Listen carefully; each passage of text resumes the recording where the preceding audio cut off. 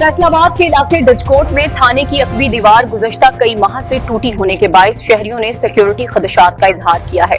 मुकामी अफराद ने मुतालिका हुकाम से दीवार की फौरी तामीर का मुतालबा किया है। मजीद तफसील मोहम्मद अजीम गुजर की इस रिपोर्ट में। आप देख रहे हैं आज तक पाकिस्तान न्यूज, खबर सच के साथ।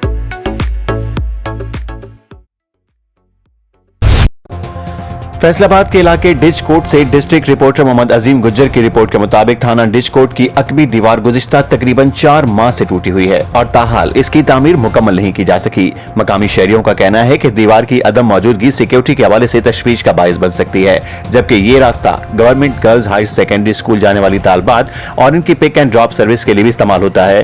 अहले इलाका के मुताबिक टूटी हुई दीवार और तंग रास्ता किसी मुमकिन हादसे या नाखुशगवार वाक़े का सबब बन सकता है।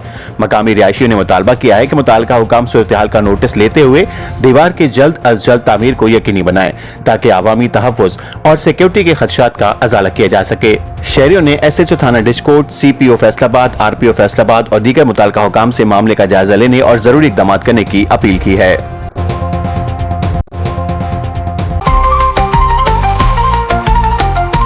आज तक पाकिस्तान न्यूज, खबर सच के साथ।